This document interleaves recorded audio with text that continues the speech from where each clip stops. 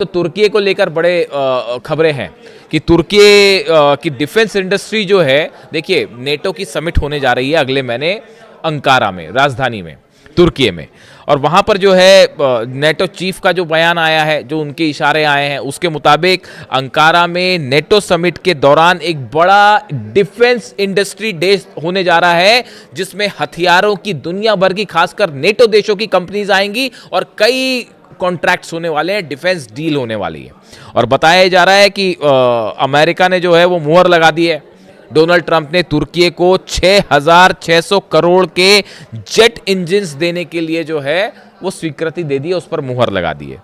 कान जो fighter jet है तुर्की का, कान नाम है उसका, उसमें जो है जो जेट लगेगा उसकी रिक्वायरमेंट थी तुर्की के लिए, तो वो देने के लिए तैयार हो गया है अमेरिका। और 6,600 करोड़ की डील होने जा रही है। नेटो की वहाँ समिट हो रही है। उसके पहले आप देखिए ये जो करीबी जताने की कोशिश कर रहे हैं ट्रंप तुर्की के साथ, ये कई सारे मिडिल ईस्ट में पावर बड़ी तेज़ी के साथ चेंज हो रहा है। देखिए ये एक जो खबर थी, मैंने आपको सुबह ही, आज जो पहला वीडियो बनाया था सुबह हमले के बाद, उसमें मैंने आपको ये कहा था कि अमेरिका के जो बेस खाली करने वाली बात आ रही है, दरअसल अमेरिका वो बेसेस हटाना चाहता है जिस पर ईरान हमला कर रहा है। देखिए वो अभी दोपहर होते होते तक खबर कन्फर्मेशन आ गया उसका। अमेरिका की प्लानिंग ये है, खास तौर पर जैसे कुवैत हो गया या यूएई है, सऊदी के कुछ अड्डे हैं, या बहरीन में भी इवन, जहाँ पे कुछ ऐसे जगह हैं जहाँ पर ईरान ने इतना मारा है साहब, इतना मारा है कि मतलब क्या ही बताया जाए आपको। मिसाइल गिर गई, ड्रोन गिर गए और आप नहीं रोक पा रहे हो, और वहाँ पे बड़ी कैजुअलिटी, अमेरिकन जो फोर्सेस हैं भागनी पड़ी वहाँ से। कोई बंकर में छुपा है तो बंकर में छुपा हुआ है, और उसमें इतना ज़्यादा डैमेज हो गया है कि उसको रिकंस्ट्रक्ट करने में भी जो है वो करोड़ों रुपए का खर्चा आने वाला है। तो ऐसे हालात में अब सिचुएशन ये है कि अमेरिका की प्लानिंग समझिए। अमेरिका ये चाह रहा है कि अपने बेसिस को इजराइल शिफ्ट कर दिया जाए, इजराइल के आसपास शिफ्ट कर लिया जाए। उससे होगा ये कि अगर आप एक तो हमले करने में आसानी होगी कि अगर इजराइल भी हमले कर रहा है, वहीं पे पास से ही अमेरिकन बेसिस से भी हमले हो रहे हैं। और दूसरी चीज़, जब ईरान की मिसाइल्स आएंगी तो अभी आपको डिफेंस सिस्टम अपना पेट्रियट जो है वो कुवैत में भी लगाना पड़ रहा है, कतर में भी लगाना पड़ रहा है, बहरीन पे भी लगाना पड़ रहा है, सऊदी में भी लगाना पड़ रहा है, यूएई पे भी लगाना पड़ रहा है। तो खर्चा ज़्यादा आ रहा है, मिसाइल्स ज़्यादा खर्च हो रही हैं। तो फिर प्लान क्या है साहब, इजराइल के पास लगाइए, ताकि जब ईरान हमला करे तो सिर्फ इजराइल को ही, मतलब एक ही आप डिफेंस सिस्टम से आप इजराइल को भी बचाने की कोशिश करेंगे और खुद को भी बचाने की कोशिश करेंगे, और हमला करना भी आसान रहेगा। रिफ्यूलिंग जेट सीधा इजराइल आएंगे, अलग अलग देशों में नहीं ले जाना पड़ेगा। अभी टेक ऑफ करने में बड़ी दिक्कत हुई, सऊदी से भी और कतर से भी, सब जगह प्लेन्स तो सब जगह थे अमेरिका के फाइटर जेट, लेकिन टेक ऑफ करना, वो ज़्यादा जगह हमले ज़्यादा कर पा रहा था ईरान, सब जगह जो है वो बेसिस को जला डाला। ईरान के सैटेलाइट्स मदद कर रहे हैं, रूस के सैटेलाइट्स मदद कर रहे हैं। तो ये ऑपरेशन बड़ा फैला हुआ था अमेरिका का, और इसलिए पिट गए। आप अगर किसी वॉर जो स्ट्रैटेजी बनाते हैं, आप उनसे बात करेंगे तो देखिए क्या है, ये सब बेसिस देखने में अच्छे लग रहे थे, लेकिन कि भाई इतने देशों में हमारे बेसिस हैं अमेरिका की, और इतने में जो है वो जॉर्डन में F-15 खड़े हैं, और कतर में F-35 जेट्स खड़े हैं, सऊदी में F-35 जेट खड़े हैं, F-16 यूएई में। ये सब बोलने की बातें थी। वो जब मारनी शुरू करी ईरान ने तो कुछ नहीं बच पाया। तो इन्होंने कहा कि अब जो काम के बेस नहीं वो हटाइए, बाकी इजराइल शिफ्ट करिए, यानी फोकस इजराइल के आसपास है कि यहीं पर बेसेस शिफ्ट कर लीजिए। तुर्की के साथ जो संबंध तेजी से बढ़ रहे हैं, देखिए आप आइसोलेशन में नहीं देख सकते, मैं फिर कह रहा हूँ आपको। रूस में बड़ी तेजी से हमले हो रहे हैं, रूस की ऑयल इंडस्ट्री को ख़त्म करने की कोशिश चल रही है, उसके तेल को रोकने की कोशिश चल रही है। तुर्की को अपने पक्ष में रखना चाह रहे हैं डोनाल्ड ट्रंप, संभवतः अरब, इस पे हम अलग से बात करेंगे। अरब देशों के भी अमेरिका से जो समीकरण थे वो तेजी से बदल रहे हैं। अब तुर्की जो है वो एक नया पावर सेंटर के रूप में उसको आगे बढ़ाना चाह रहे हैं ट्रंप।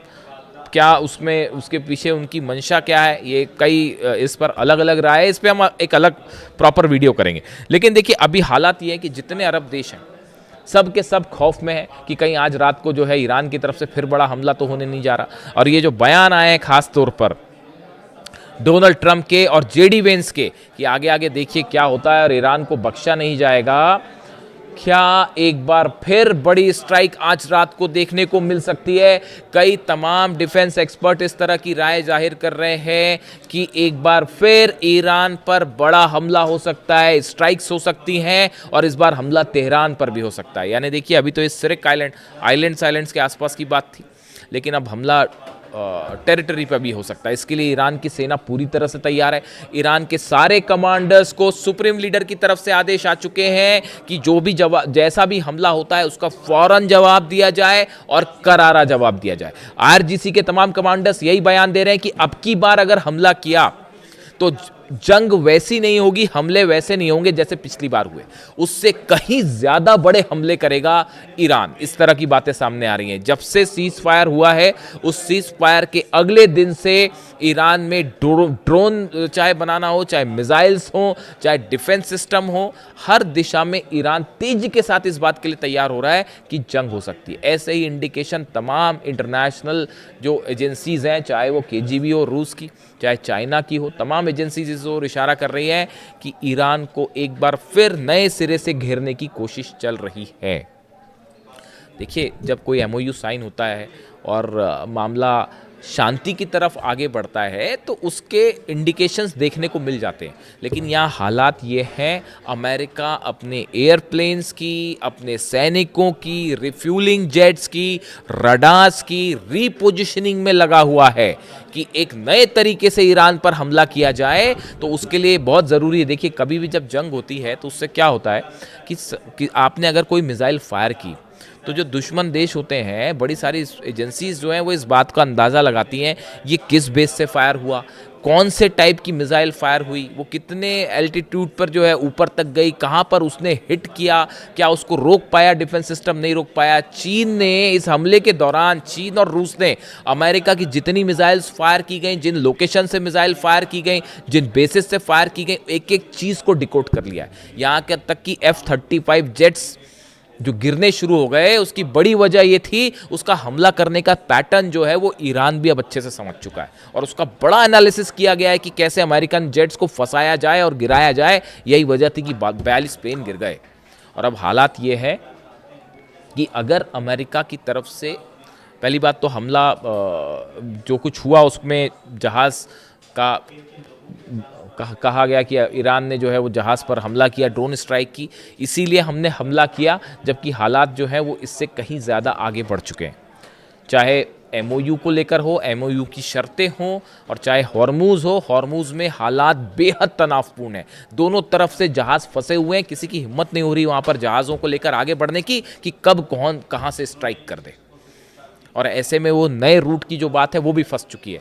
यानी हॉर्मूज़ में जंगी हालात हैं, पूरा तेहरान ईरान अलर्ट पर है, अमेरिका की तरफ से धमकियां आ रही हैं, अमेरिका के राष्ट्रपति की तरफ से धमकियां आ रही हैं, बहरीन में बेसिस जल रहे हैं, अरब देश खौफ में कहीं हमला ना हो जाए। और आज दोस्तों, अमेरिका और ईरान में एक बार फिर तल्खी है, फिर से तनाव बनता नजर आ रहा है और आईआरजीसी ने हमला किया है, जवाबी हमला किया है अमेरिका के अहदाफ पर, अमेरिका के ठिकानों पर। जी हां, ईरान और अमेरिका के दरमियान कशीदगी एक बार फिर बढ़ गई है।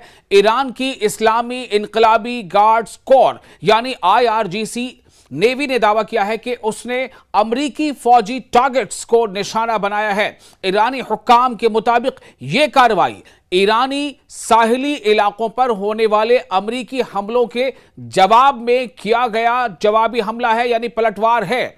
आप देख रहे हैं न्यूज़ 18 का सोशल मीडिया प्लेटफॉर्म, मैं हूं विशाल आजम। आईआरजीसी नेवी की जानिब से जारी बयान में कहा गया है कि इस कार्रवाई में खित्ते में यानी पूरे रीजन में मौजूद अमरीकी फौज की तैनाती के मुकामात को निशाना बनाया गया।